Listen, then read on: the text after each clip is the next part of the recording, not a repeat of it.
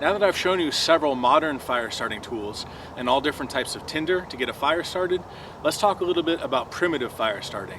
In particular, we're going to talk about fire by friction and using a bow drill set. Now, a bow drill set is a lot of fun to learn, it's a lot of fun to use, and it's fun to teach people. People get really excited to see a fire being made with a primitive tool like a bow drill just from friction. That's really cool. However, the bow drill really only works under perfect conditions.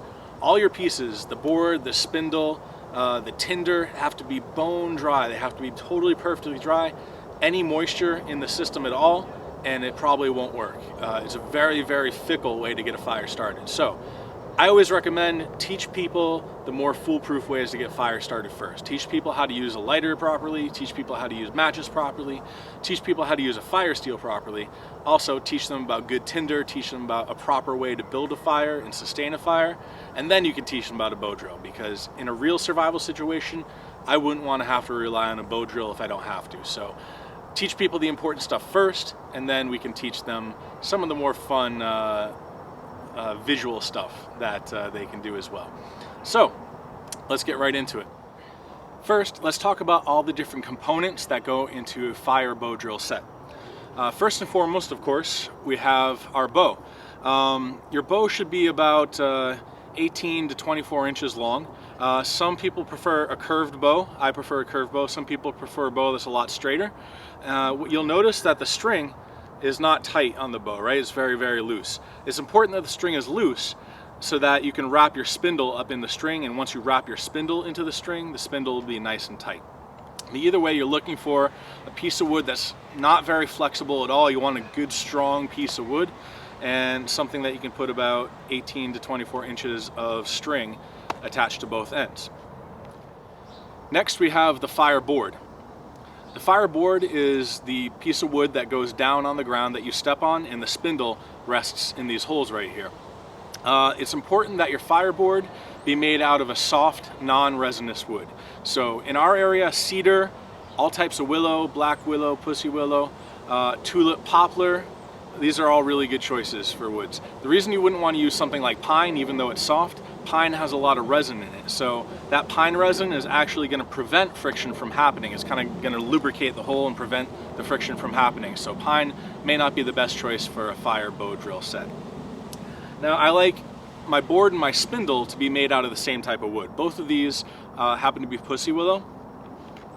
So for our spindle, we're looking for something that is about as thick as your thumb, maybe a little bit thinner, but somewhere around thumb thickness.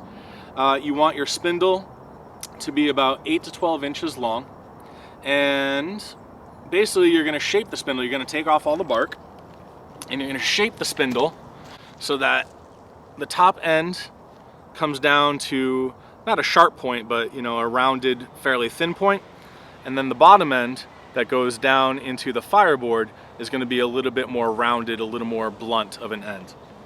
Now, a good test for the type of wood that you should use for your fireboard and your spindle is to give it what we call a thumbnail test. Basically, this is testing how hard the wood is. Hardwoods don't work very well for a bow drill set, and like we said, we want to keep our board and our spindle the same type of wood. So what we do with a thumbnail test, we want to literally take our thumbnail and dig our thumbnail into the board. Hopefully you can see that in the camera. Basically, if you're able to make a very easy impression into the board with just your thumbnail, then that shows that it's a pretty good type of wood to use for a fire bow drill set. All right, so we got our bow, we got our fireboard, we got our spindle. The next part is our bearing block. The bearing block is something that you're going to hold down on top of the spindle to put pressure down on top of the spindle and hold it in place when you're spinning in the board. For me, I use a piece of deer antler, but anything that's really, really hard, that's harder than the materials that you're working with for your spindle, will work well. So you could use a piece of hardwood, you could use a knot from a tree, you could even use a rock that has the appropriate little divot in it that's going to catch the end of that spindle. But for me, I find deer antler works really, really well, and this has lasted me for years actually. I've been using this same one for years. right. So those that I just showed you are the 4 main components of a bow drill set. You also need a couple other things. I carry just a little piece of birch bark, and you'll see how I use this. This goes underneath the fireboard to catch the ember that you're gonna make. Now remember, I'm gonna say this a million times during this video, moisture is your enemy. When you're trying to get a fire started with a bow drill set, any type of moisture in your spindle, in your board, in your tinder, in your ember is gonna kill the ember, all right? And it's gonna be a lot hard to get a fire started. So we wanna protect our ember from the wet ground. So using a dead leaf, a piece of birch bark, a piece of other bark, just to keep that ember up off the wet ground is gonna be very important. So whatever you do, to make sure you put something underneath the ember. All right. Lastly, to get a fire started, we need really, really good tinder. We need extremely dry, extremely fluffy tinder. The tinder that you use for your fire bow drill has to be darn near perfect. So what I've made here, we have a bundle, a bird's nest of extremely dry dead grass, very, very dry. And inside, I've put some dry, dead Phragmites seed head. So basically, don't skimp on your tinder. You want a nice big tinder bundle to catch that ember and to burst into flames. The more material you have, the easier the fire is going to get started. So don't skimp out on your tinder bundle, make it a nice big one with extremely, extremely dry, extremely fluffy material. So my tinder bundle is made out of dry grass and Phragmites. Other good options are just plain dry grass, as long as it's thin enough. You can actually process it and rub it and get it down to even smaller pieces. Dead dry pine needles, like white pine needles, once again, if you kind of crush those, sometimes with a rock or mortar and pestle, or just rub them together and get more little tiny fibers out of them, some dead dry pine needles can work as a tinder bundle. An actual bird's nest, if you find an abandoned bird's nest that's no longer in use, you can actually use that for fire starting. Those usually work really, really well, as long as they're nice and dry, of course. So that's all of our equipment that we're gonna need. So let's start to talk a little bit about our technique. All right, so you'll notice that I keep all of my fire bow drill pieces up off the wet ground. This is how important it is to keep things dry, especially the end of our spindle right here. It's extremely important to keep that dry. So we keep that up, and even resting on something else is good. Our fire board needs to be kept off the damp ground, kept as dry as you possibly can. All right, so our first step in getting this fire started is we need to prep our fireboard and get the appropriate hole started to carve out. So our fireboard, as you can see, it's about a little less than an inch thick, about 3/4 of an inch thick is a good place to start. Doesn't necessarily matter how wide it is, but you know, the thickness is very important. So about 3/4 of an inch I found is about ideal. What we're gonna need to do, we're gonna need to get one of these holes started. I'm not gonna use one of the ones I've already used. I'm gonna do a new one right from the beginning to show you. So we're gonna put our hole over here. What we're gonna do, we're gonna use the tip of our knife. We're gonna put the tip of our knife, I'd say about 3/4 of an inch in from the edge. And you'll notice when I do this, my hand is not behind where I'm about to carve, right? If I slip and my sharp knife goes through my hand, it's gonna be serious trouble. So I slide my hand down, and then I'm gonna use the tip of my knife to start carving out the beginning of a hole. Basically just twisting this around at different angles. Don't want to go too far through the board, but you're just making a divot, a good place to start for our spindle.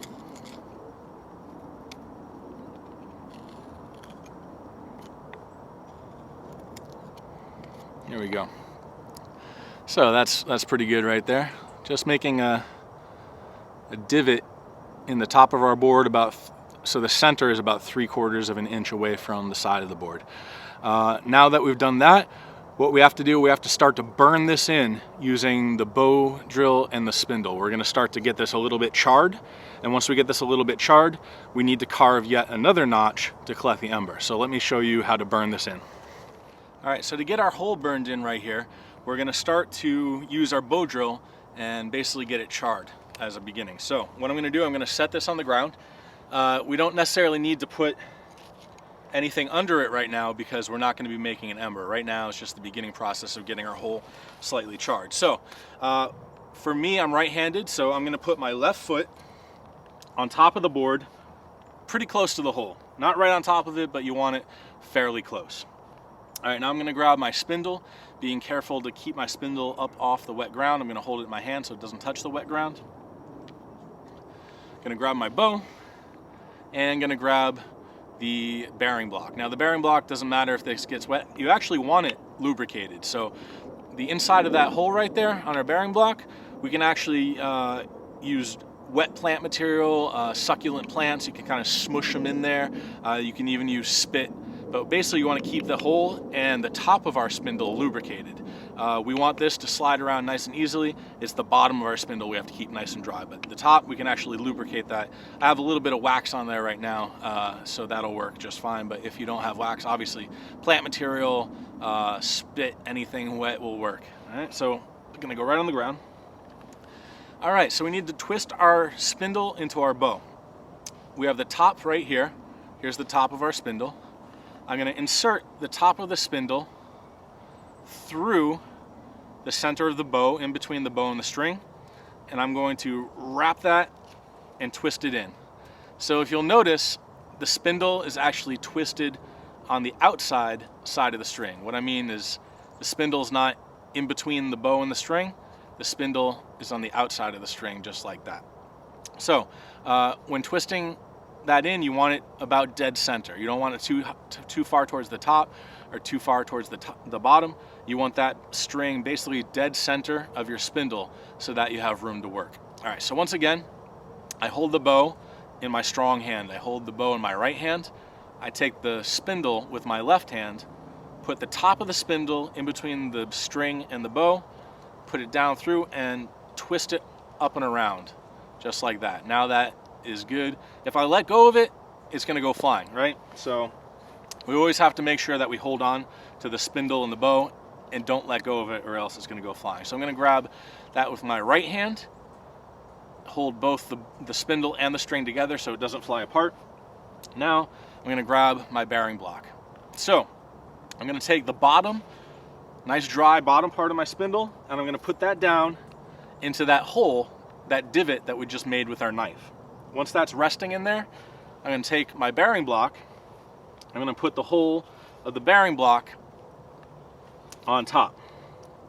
So let me move my tinder bundle out of the way so we don't ruin that. All right, so to get this burned in, if you'll notice, my arm is wrapped around my knee.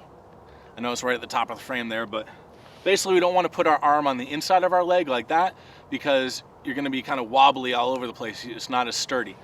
My arm goes on the outside of my knee, and I'm bracing my arm right against my leg to keep it extra steady. Now, I don't grab the bow in the middle like this. I always grab the bow down at the end, and what I'm going to do, I'm going to apply extra pressure with my fingers. So my hand is around the wooden part of the bow, but my fingers wrap around the string. That way, I can squeeze my fingers like a trigger, just like that, and apply extra tightness, extra pressure to the string to really keep the spindle in there so that the spindle doesn't slip while I'm bowing. All right, so I got my hand the way I want it, trigger, extra pressure. Got my other arm wrapped around my knee for support. So now we're gonna start slow. Slow it first until you get your pace, until you get rhythm, and then you can pick it up. So we don't want to do short strokes. We want to do long strokes. I'm actually putting pressure downwards with my left hand that's holding the bearing block. I want to put pressure down. At first, when it's new and fresh, it's going to slip around a lot. But if we add more pressure, you're going to start to feel that friction. And it's going to start to smoke.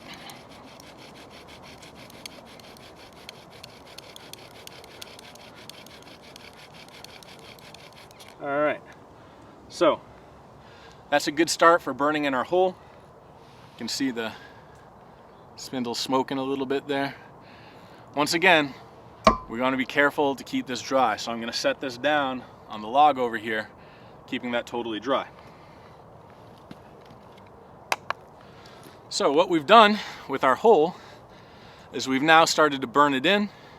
We've now started to char it, and it's going to be all ready to go. However, if we start to do a bow drill right now to try to get a fire, that dust is just going to collect on the outside of the hole. What we want to do is create a way for that dust to get trapped in one little pile. So we're going to take our knife and we're actually going to carve a notch into there, into that hole from the side to trap that ember. I'm going to put the board down on something steady like this log right here, and I'm going to use my knife to carve a triangular notch into the hole. Basically from the top, this should look like a Pac-Man mouth with a little pie wedge missing from the pie. From the side, it should look like a pyramid. So we're going to cut this down at an angle.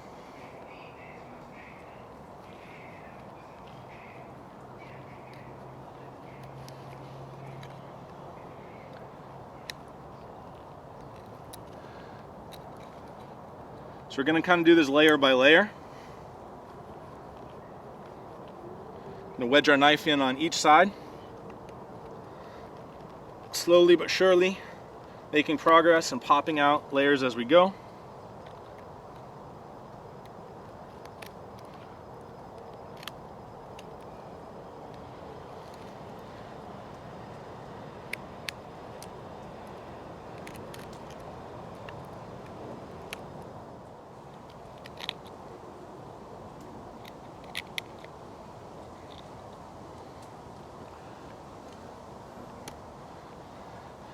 Okay, so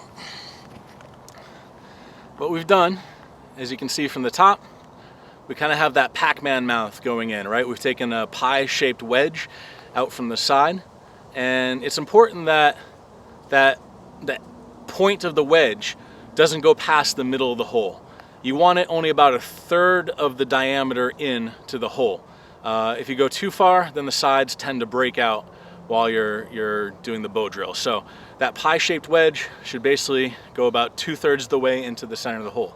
Now, from this side, you'll see that we've actually haven't carved out a straight notch, right? It's kind of almost a pyramid shape. It's a lot wider at the bottom than it is at the top, almost like a cone, conical shaped notch. This is so when we start bowing, that dust is going to collect and it's going to form an ember right inside that pyramid, right inside that cone. That's where we want our ember to form. So at this point, our fireboard is ready to go, and we're ready to begin the process of getting a good ember. So first thing, we take our piece of birch bark, and the birch bark is going to go on the ground to protect, make sure you have enough room, to protect the fireboard and the ember from that damp, wet ground. All right, so that goes first. Next, we're going to take our fireboard with the hole that we just burned in and carved. That's going to go with the hole directly over the piece of birch bark and the hole facing you. All right, now we can take our bearing block and set that down in front of the board. Remember, that's okay if that gets a little damp, not a problem. We want that to be lubricated anyway. All right, so now we're going to take our fire bow in our strong hand, for me it's my right, our spindle in my left, place the top of the spindle in between the bow and the string, twist that around inside, and transfer that over to our right hand. Now, our left foot goes on top of the fireboard close to the hole, and that's going to hold the fireboard down and keep it from wiggling around, keep it from scooting out from under us. So we want to put some pressure with our foot to hold it in place. The bottom of our spindle goes in the hole that we just started to burn out. Grab our bearing block and put that down on top of our spindle to hold it in place. And now we're ready to begin. I have my tinder bundle right here ready to go. So once I get that ember going, it's not very far, I don't have to go searching for my tinder, it's right here where I want it. If we're really going to get a fire started, not only would I have my tinder bundle, I would have all my fire making materials. I would have some birch bark to add to that tinder bundle once it starts. I would have some twigs, some matchstick sized twigs, followed by some pencil sized twigs, followed by some marker sized twigs. I would have all the things I need to get my fire going, because this is a process you don't want to do more than once. If you can get this on the first try, that's going to be good. It's going to save you some energy. All right, so we're going to start nice and slow, and then build up some speed. Once we start to build up some speed, and we see that smoke starting to form, we're just going to keep going. You see there's a lot of smoke pouring out, and that notch is starting to fill up with that black dust. That black dust is what's going to form our ember. Once we have the notch full, we're going to kick it into high gear and sprint to the end.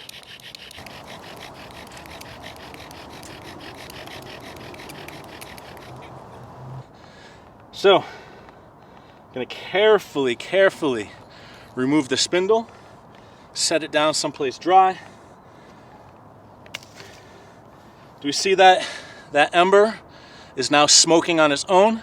That's the key. That's what you're looking for. You want that ember to smoke all on its own. That means you have a good ember going. So I'm going to carefully take my spindle,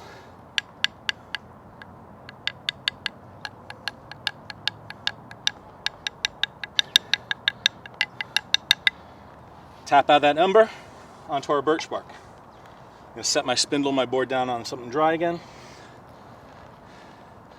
Now,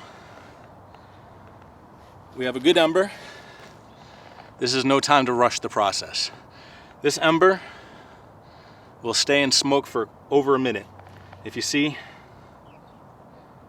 starting to glow red, that's the ember that we're looking for. So let's pick this up and carefully put it in our tinder bundle. All right, here's our tinder bundle. We're gonna carefully put the ember, carefully transfer that to the bundle. And we wanna just tap the extra dust down on top. All right, so I'm gonna come and cradle this tinder bundle. I'm gonna cradle the bundle around the ember. I don't wanna smother it, but I wanna cradle it. Now we're gonna blow gently at first.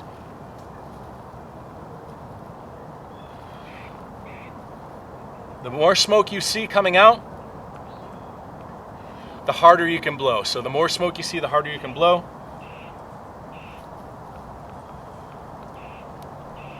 We want to keep this up and away from our face so we don't inhale the smoke. So keep it out away from your face.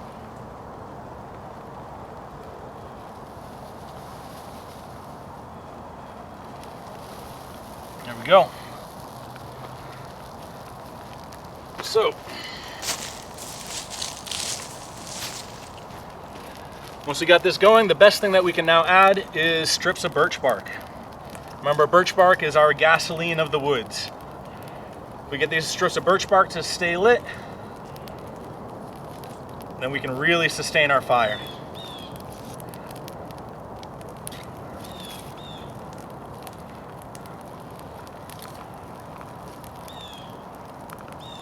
This is also why I like to use the birch bark as something to go underneath the ember. I can always just take it, tear it up, and it's ready to go, put right on top of my fire.